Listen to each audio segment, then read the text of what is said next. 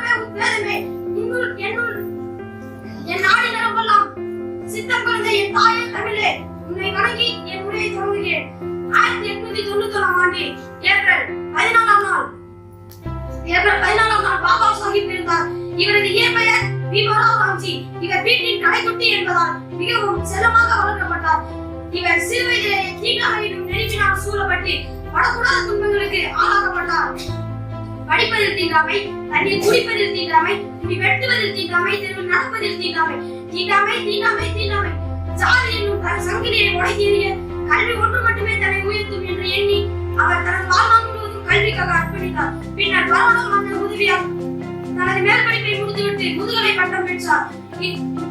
பின்னர் 12 பேர் கொண்ட குழு இந்திய அரசியல் சாசனத்தை இயற்ற உருவாக்கப்பட்டது. அதில் அம்பேத்கரும் ஒருவர். முயற்சிகள் தவறலாம், முயற்சிகள் தவறலாமா என்ற முன்மொழிக்கேற்ப அந்த ஒப்பற்ற பணியை அவர் செய்து முடித்தார். அதற்காக அவர் எடுத்துக்கொண்ட காலம் 2 வருடம் 11 மாதம் 18 நாட்கள். இறுதியாக 1956 ஆண்டு டிசம்பர் 6 நிறைவேறினார். ஜாதிதான் சமூகம் என்றால் வீசும் காற்றில் விஷம் பரவட்டும். ஜாதிதான் சமூகம் என்றால் வீசும் காற்றில் விஷம் பரவட்டும். ஜாதியின் தேவை என்னால் முடிந்தவரை முன்னேறி கொடுத்துள்ளேன். உங்களால் முடிந்தால் முன்னேறி பாருங்கள்.